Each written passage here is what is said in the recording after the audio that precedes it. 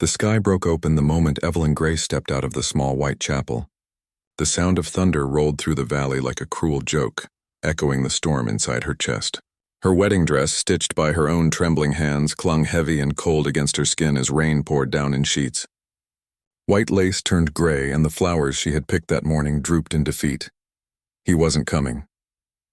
The whispers started first, soft and sharp as needles. The church ladies gathered beneath their parasols, muttering behind gloved hands. She should have known better, one said. A seamstress marrying Mr. Avery's son? Foolish girl. Others simply watched, pity flickering in their eyes but no hand reaching to help. Evelyn stood rooted to the muddy steps, her bouquet slipping from her numb fingers, the petals scattering across the ground like pieces of a broken dream. Inside, the preacher cleared his throat, unsure whether to offer comfort or simply turn away. The guests began to leave one by one, until only the wind and the rain remained to bear witness to her humiliation. The carriage that was supposed to take her to her new home stood empty. There was no groom, no future waiting, only the dull ache of betrayal. Evelyn lifted her chin, blinking back tears that mixed with the rain.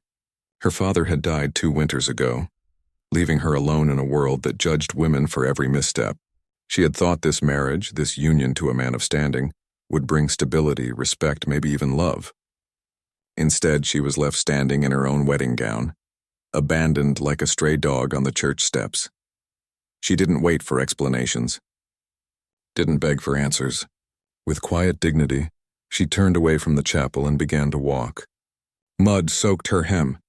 The cold bit through the thin fabric of her dress. The road out of town stretched long and lonely, winding past the cemetery, past the meadows now dark with storm clouds. Every step echoed a truth she didn't want to face. She had nowhere to go.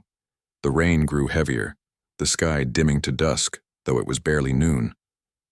Evelyn wrapped her arms around herself and whispered a prayer, not to ask for rescue but for strength. "Lord," she murmured, voice trembling, "if you still see me, give me a sign. Tell me what to do." Lightning split the sky in answer, but no divine voice followed, only the rustle of wind through wet grass. Still, she kept walking. She thought about her mother's words from long ago. A woman's worth isn't given by a man, Evie. It's proven when she stands alone. At the time, she hadn't understood. But now, as the rain washed away her makeup and her dreams, she began to. By the time she reached the outskirts of town, the path had turned into a river of mud. Her shoes were ruined, her veil tangled with leaves. She stumbled once, scraping her knees, and for a moment the weight of it all nearly broke her. She pressed her palms into the earth and sobbed, her tears lost in the storm. Then, somewhere far off, a small light flickered through the rain. A farmhouse window, faint and golden. It was the only warmth in a world gone cold. Evelyn pushed herself to her feet and started toward it, every step a battle against the wind. She didn't know that within that small house lived a child with freckles and hope in her eyes. She didn't know that her prayer for a sign had already been heard. By the time she neared the field, her strength was nearly gone. But a little voice pierced the storm, soft and full of wonder. "Did heaven send you?" And for the first time that day, Evelyn almost believed it might have. The rain had softened to a silver drizzle by the time Evelyn stumbled into the open field. Her dress clung to her legs, and her breath came in shallow, trembling gasps. The world was quiet except for the distant lowing of cattle and the faint creak of a windmill turning somewhere in the mist. She felt small beneath the endless gray sky, like a ghost wandering through the ruins of her own life. She nearly didn't see the little girl at first. A flash of red caught her eye, a small bonnet bobbing through the wet grass. Then a child's voice called out high and sweet, "Pa! Pa, there's someone out there." Evelyn froze. Her instinct was to turn away, to hide her shame and tears, but her body was too weak, her limbs too cold. The girl came closer, her freckles bright against pale skin, her brown braids plastered to her cheeks from the rain. She couldn't have been more than 6 or 7. The child stopped a few feet away, eyes wide with wonder. "You came from heaven?" she whispered, as if afraid to speak too loud might scare the stranger away. Evelyn blinked through the rain. "What?" The little girl smiled, a sweet gap-toothed grin.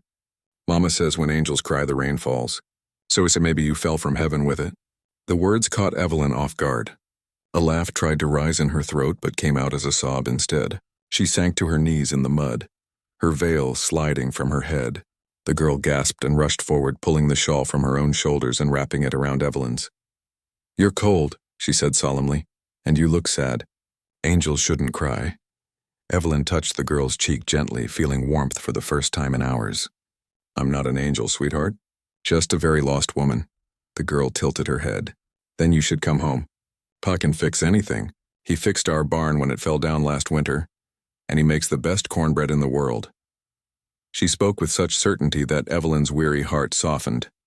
Still, she hesitated. "I don't want to trouble anyone." The little girl put her small hands on her hips, imitating the authority of someone much older. "It's no trouble. You're freezing. If I leave you here, you might disappear back to heaven, and Pa will be real mad I didn't help." Despite herself, Evelyn smiled. The child took her hand without waiting for permission, and began to lead her toward the distant glow of a lantern flickering on a porch. As they walked, Evelyn asked, "What's your name?" "Clara," the girl replied proudly. "Clara Turner." "What's yours?" "Evelyn," Clara grinned. "That's a pretty name for an angel." The rain lightened as they neared the small ranch house, a humble, sturdy place surrounded by a few fenced pastures. Smoke rose from the chimney, carrying the scent of firewood and warmth. Evelyn's stomach clenched with sudden hunger, and her knees threatened to give way again. Before they reached the steps, a tall figure appeared in the doorway, a man, broad-shouldered and rough-edged, with dark hair slicked back from the rain. He carried a lantern and wore the expression of someone who'd seen too much loss and learned to keep his heart guarded. "Clara," he called out sharply, "what have I told you about bringing strangers home?" Clara puffed up bravely, still holding Evelyn's hand. "She's not a stranger, Pa. She's an angel. Heaven sent her." Evelyn wanted to explain, to protest, but the warmth of the porch and the smell of the hearth pulled her forward. The man's wary gaze softened just slightly when he saw her trembling. He opened the door wider, his voice low but kind. "Come in before you catch your death." And as Evelyn crossed the threshold, something in her heart whispered that maybe, just maybe, she'd found more than shelter. Perhaps she'd found the beginning of her second chance. Warmth hit Evelyn like a wave as she stepped inside the ranch house. The scent of burning cedar filled the air, mixing with the faint aroma of cornbread and stew. Her fingers, stiff from the cold, tingled painfully as heat returned to them. She stood hesitantly by the door, water dripping from the hem of her ruined wedding dress onto the wooden floor. The man, Clara's father, closed the door behind her, setting the lantern on a small table. He studied her silently for a moment. His face was weathered by sun and hardship, his beard rough and his eyes the deep, steady brown of the earth itself. He looked like a man used to work, loss, and solitude. Clara tugged on his sleeve. "Pa, she was all alone in the field. I told you heaven sent her." He sighed, running a hand through his damp hair. "Clara, we don't know who she is. You can't just bring folks home." Then his gaze returned to Evelyn, her soaked gown, her trembling shoulders, the exhaustion etched across her face. His tone softened. "You'd best sit by the fire, miss. You look half frozen."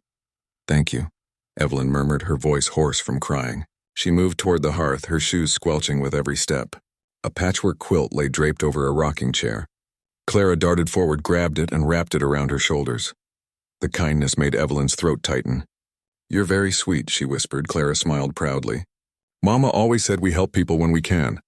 At the mention of her mother, a shadow crossed Luke's face. Evelyn caught it instantly. Grief lingered there, old but not forgotten. She wondered how long he'd been alone with only this bright, freckled child to keep him company. When she had warmed herself enough to speak, Evelyn turned toward him. "My name is Evelyn Grace," she said softly. I was supposed to be married today." His brow furrowed, but he didn't interrupt. She went on, her voice shaking. "The groom didn't come. He took everything I had, my savings, my dowry, and left me standing at the altar. I didn't know where else to go. For a long moment, there was only the sound of rain against the windows." Luke exhaled slowly, resting a hand on the mantel. "That's a hard thing, Miss Grace," he said finally. "Harder than most could bear." "I'll be gone by morning," Evelyn added quickly, her pride flaring despite her exhaustion. "I don't want to trouble you." Luke glanced toward Clara, who was crouched by the fire, toasting a small piece of bread on a stick and watching them both with wide eyes. "It's no trouble," he said. "The storm's bad and you've nowhere to go. You'll stay tonight. We can decide what comes next when the sun's up." Evelyn nodded, relief washing over her. "Thank you, truly." He gave a brief nod, his expression unreadable. "There's stew on the stove. Clara, fetch a bowl." As the little girl hurried off, Evelyn's gaze wandered around the house. It was simple but cared for. Wooden beams, a few old pictures, a Bible on the table beside a worn hat. Everything spoke of hard work and honest living. It was the opposite of the world she'd left behind, a world of pretense and false promises. When Clara handed her the bowl, Evelyn's hand shook as she took it. The stew was thick and hearty, the warmth sinking deep into her bones. For the first time in days, she felt something close to peace. Luke pulled up a chair across from her.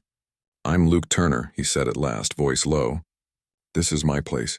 It ain't much, but it's home." Evelyn met his gaze, her heart fluttering with something she couldn't yet name. "It feels like one," she whispered. And though neither said another word, both knew something had shifted in that quiet room. A stranger had walked out of a storm, and somehow it felt like she belonged. Morning sunlight spilled across the worn wooden floorboards, turning the ranch kitchen golden. The storm had passed, leaving behind a world scrubbed clean and fresh. Evelyn woke on the small cot Luke had set up near the hearth, wrapped in Clara's patchwork quilt. For the first time in what felt like years, she had slept soundly. She sat up slowly, her muscles aching from exhaustion. The smell of coffee and frying bread drifted through the air. Clara was already up, humming to herself as she fed a few hens outside the window. Luke stood by the stove, a tin mug in hand, watching the morning with quiet thoughtfulness. "Morning, Miss Grace," he said when he noticed her stirring. "Good morning," she replied, smoothing her tangled hair. "I can't thank you enough for letting me stay." He nodded once, still half turned toward the light. "Storm like that couldn't turn anyone away. But you don't owe me thanks." Evelyn rose, folding the quilt neatly.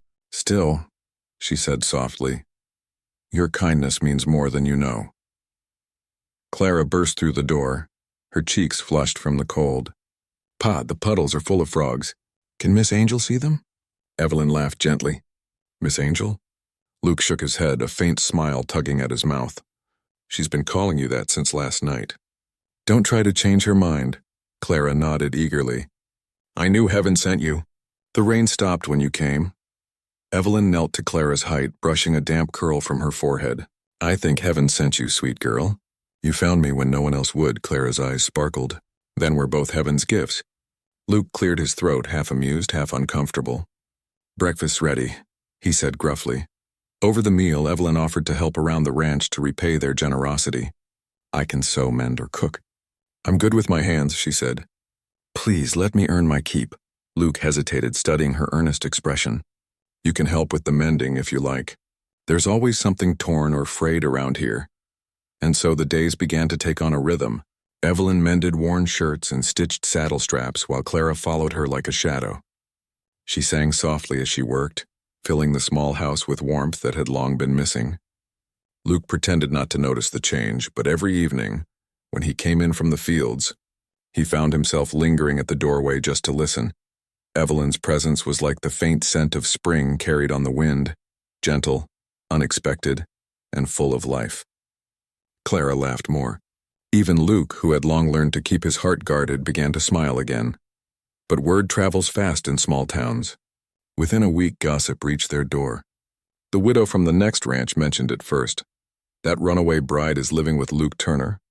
Folks will talk. When Evelyn overheard, shame burned her cheeks. She felt the weight of every whisper, every cruel assumption. That night she told Luke she should leave. He was silent for a long time, the fire crackling between them. Finally he said, "Let them talk. You've done nothing wrong. You're welcome here as long as you want to stay." Tears pricked her eyes. "Why would you risk your reputation for me?" He looked at her then, really looked, past the soaked bride who had stumbled into his home to the woman of quiet strength before him. "Because you needed a place to start again," he said simply. "And maybe I did too." Evelyn's heart swelled with an emotion she didn't dare name. In the silence that followed, Clara's soft laughter carried from her room, pure and innocent.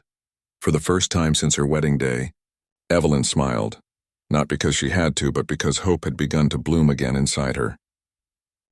The days turned into weeks and winter began to settle over the valley. Frost glazed the fences in the mornings, and the air carried the scent of smoke and pine. Inside the Turner ranch house, warmth lived again. Evelyn's laughter mingled with Clara's songs, and Luke found the silence that used to haunt the place slowly disappearing. Evelyn had become part of their rhythm. She sewed Clara a new dress from scraps of blue fabric, taught her how to embroider flowers, and kept the hearth bright. Luke often found her humming as she worked, her presence turning the rough cabin into something that felt like home. Yet beneath the peace a shadow lingered.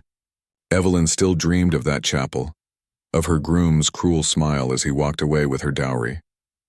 Some nights she woke in tears, silently praying that the past would let her go, but the past was not done with her. One gray morning, the mail carrier rode up the drive. Luke met him at the fence, taking a handful of letters wrapped in twine. As he sorted through them later, one sealed envelope caught his eye. Addressed in elegant masculine handwriting to Mrs. Evelyn Grace Avery. He paused. Evelyn's name. The man's last name. He hesitated, then carried it inside. When Evelyn saw it, her heart stopped. Her hands trembled as she took the letter, the wax seal unbroken but already heavy with dread. Luke studied her face, reading the truth in her eyes before she spoke. "It's him," she whispered. "Nathan Avery." Clara looked up from her drawing. "Who's that, Miss Angel?" Evelyn forced a smile for the child's sake. "Just someone from before." Later, when Clara was asleep, Evelyn sat by the fire with the unopened letter in her lap. Luke sat across from her, silent, waiting. The crackle of the logs was the only sound between them. Finally, she broke the seal. The letter was short, cold like the man who'd written it. Nathan demanded she return to town, claiming she was still his lawful bride. He accused her of shaming him, of stealing the money he'd taken from her, and threatened to set things right if she didn't come back willingly. Evelyn's throat tightened as she read the words aloud. Luke's jaw hardened. "You owe that man nothing," he said flatly. "I owe him my name," she whispered, tears blurring the ink. "If word spreads, it'll ruin you too. People will say I'm living here in sin." He leaned forward, his eyes steady. "Let them say what they will. I've been gossiped about before, and I've lived through worse. You're under my roof because I offered it, not because you did wrong." But Evelyn shook her head. "You've given me a home, Luke. You've given Clara laughter again. I can't repay that by bringing shame on you." That night, while the house slept, she packed her few belongings, her mended dress, her sewing kit, the small silver locket that had been her mother's. She moved quietly so as not to wake them. Each sound, each step felt like parting with something she didn't want to lose. She stopped by Clara's bedside, brushing a strand of hair from her forehead. "You're my little miracle," she whispered. "Thank you for finding me." The child stirred but didn't wake. Smiling faintly in her sleep, Evelyn turned to go, her heart breaking with every step toward the door. But before she could leave, a small voice came from behind her. "Miss Angel?" Evelyn froze. Clara sat up in bed, rubbing her eyes. "You're not going away, are you?" Tears welled in Evelyn's eyes. "I must, sweetheart. I can't cause your father trouble." Clara's lip quivered. "Papa smiles again because of you. If you leave, he'll stop." Evelyn knelt, hugging the little girl tight. "You're brave, Clara, braver than I'll ever be." Behind them, a floorboard creaked. Luke stood in the doorway, arms crossed, eyes full of quiet understanding. "Running doesn't fix what's broken, Evelyn," he said softly. "Sometimes staying does." And though her heart trembled, she knew he was right. For the first time since that terrible wedding day, Evelyn decided she wouldn't run anymore. The next morning dawned sharp and cold, the kind of winter light that turned the frost into diamonds across the fields. Evelyn stood by the window, her packed bag still by the door. Though she'd promised herself she'd stay, her nerves trembled like the glass in the panes. She could feel it, her past drawing closer. Luke had ridden into town early to sell a few head of cattle. Clara sat at the table with her crayons humming as she drew 3 figures, her father, herself, and a woman in a long white dress. Evelyn smiled faintly. "Who's that, darling?" Clara looked up with shining eyes. "You, Miss Angel. When we get our picture taken one day, I want it to look like this." Evelyn's throat tightened. "That's beautiful, Clara." She wanted to believe that kind of peace could last. But before she could speak again, the sound of hooves thundered up the road. She turned toward the window and froze. Nathan Avery. He dismounted his fine black horse, brushing snow from his coat. Even from inside, she could see the arrogance in his stance, the cold smile on his lips. He hadn't changed. The man who'd left her in the rain now stood outside Luke Turner's home like a serpent in Sunday clothes. Evelyn's blood ran cold. "Clara," she said softly, "go to your room. Don't come out until I say so." The girl obeyed without question, sensing the shift in the air. Evelyn straightened, smoothing her dress, her heart pounding so hard she thought it might crack her ribs.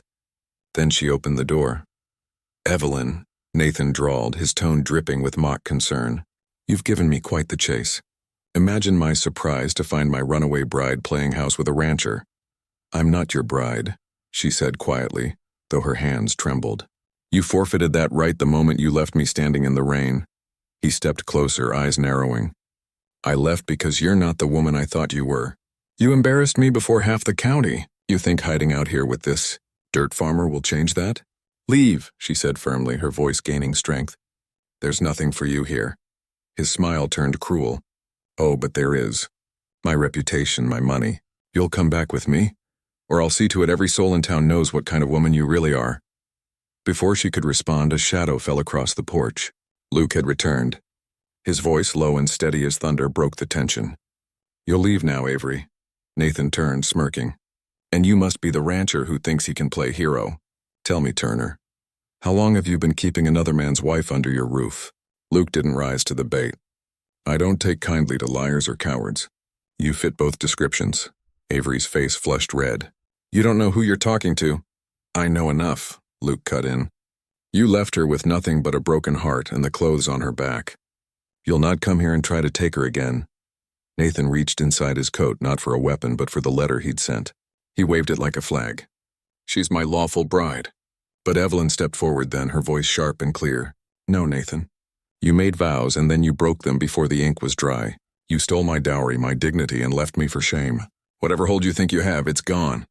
Nathan sneered, but Luke took a step closer, his voice quiet but final. She said no. "You heard her." For a long, dangerous moment, no one moved.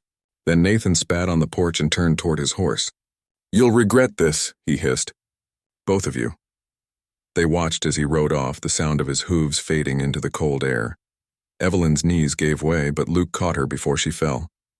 "It's over," he said softly. Tears streamed down her face, but this time they weren't from fear.